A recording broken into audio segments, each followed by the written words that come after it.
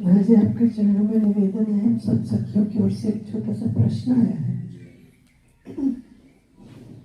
महाराज जी, अक्सर सुनते हैं कि स्त्री शरीर पाप योनि है। गलत है। जो भी ऐसा बोलते हैं वो अज्ञानी है जी, गलत है।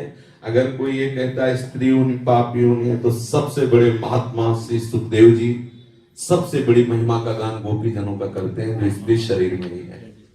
भक्तमाल में सबसे बड़ा सरस चरित्र इन महाभाग्यवती वैष्णो देवियों का ही आया है, चाहे भूप भक्तों में भूप रत्नावती जी, चाहे माता सबरी, जिधर भी दृष्टि डालो।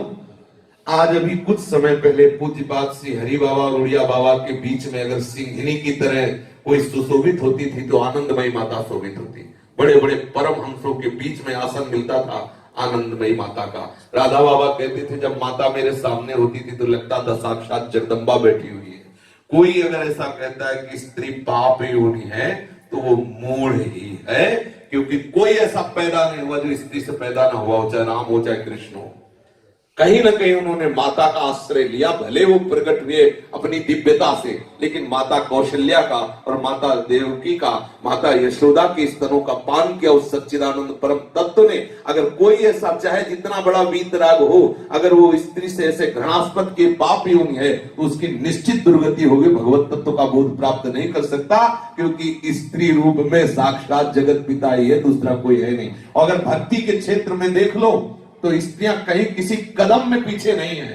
त्याग तपस्या में देख लो, आप धर्म में देख लो, ऐसी है आज तक कोई ऐसा पुरुष महात्मा नहीं हुआ जो धर्मराज की खोपड़ी को बदल सका हो, और एक पतिव्रता सावित्री ने धर्मराज को हिला के रख दिया। आज तक कोई ऐसा महात्मा पैदा नहीं हुआ जो भगवान ब्रह्मा विष्णु महेश को अपने अधीन कर लिया हो। एक पातिव्रत धर्म के भजन के प्रभाव से देवी अनुसुईया ने ब्रह्मा विष्णु महेश को 6-6 महीने के बालक बनाकर अपने आप पालने पे झुला दिया। अगर कोई नारी को कोई साधारण समझे तो बिल्कुल गलत है। नारी जैसी कोई महान शक्ति नहीं। कोई भी कितना भी बड़ा वैरागी हो कभी ऐसा नहीं बोल सकता कि स्त्री निंदनीय है। अगर स्त्री निंदनीय तो तू कहां से आ गया, आसमान से पैदा हुआ क्या?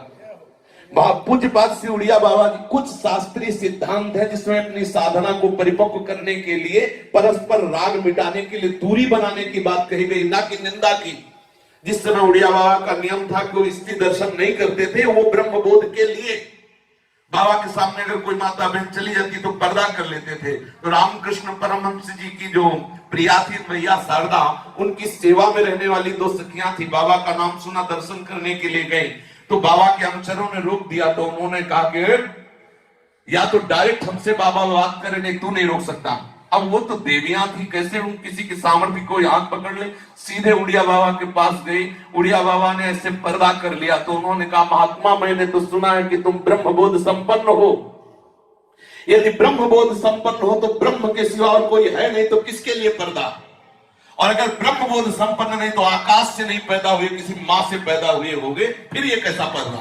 बाबा ने हटा दिया चला, और जीवन भर के लिए हटा दिया। और सबसे तो अगर ये कोई कहता है स्त्री पाप योनि है, तो उससे हम प्रार्थना करके पूछ सकते हैं कि क्या गोपियों से भी बड़ा कोई परमहंस हुआ इस सृष्टि में?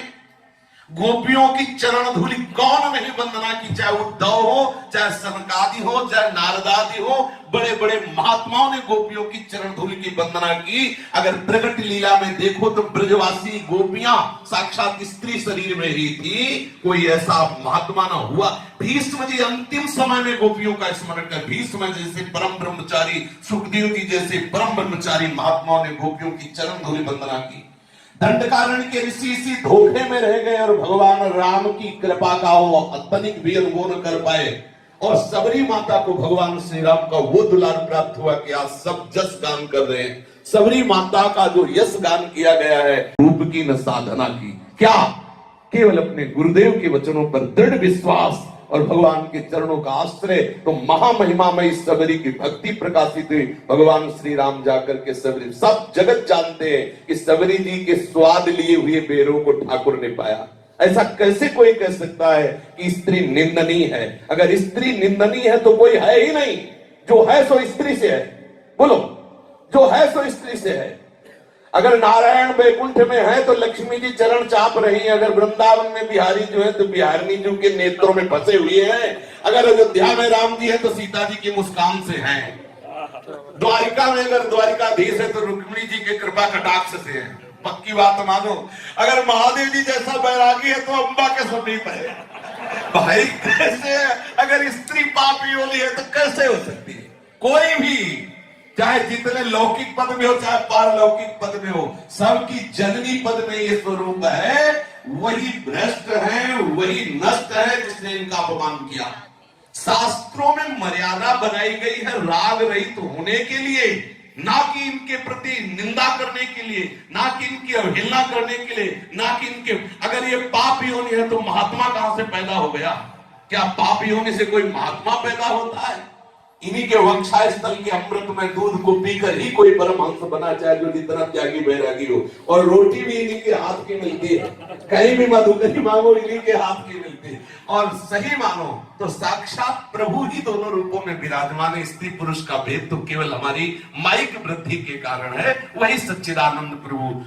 अगर हम कहीं ऐसी भावना करते हैं कि स्त्री से दूरी बना के रखना चाहिए तो राग त्याग की, स्त्री साधक को पुरुष शरीर से, पुरुष साधक को स्त्री शरीर से, केवल राग त्याग की वार्ता है। अगर निंदनीय भाव में तो आज तक कहीं ऐसा नहीं पाया गया, और जिसने निंदा की हमने जीवन में देखा है उसको वही घुटने टेकने पड़े, वही माया रौंद के चला देती है। और सबसे बड़ी बात है कि हमारे प्रभु भी चाहे जितनी महिमा हो, लेकिन इनके आगे उनकी भी महिमा नहीं कहीं भी आप देखेंगे। इसीलिए हमने आपको ऊपर से झकाया है, इसलिए कोई ऐसी अंगुली उठाए तो उसकी बात नहीं समझना।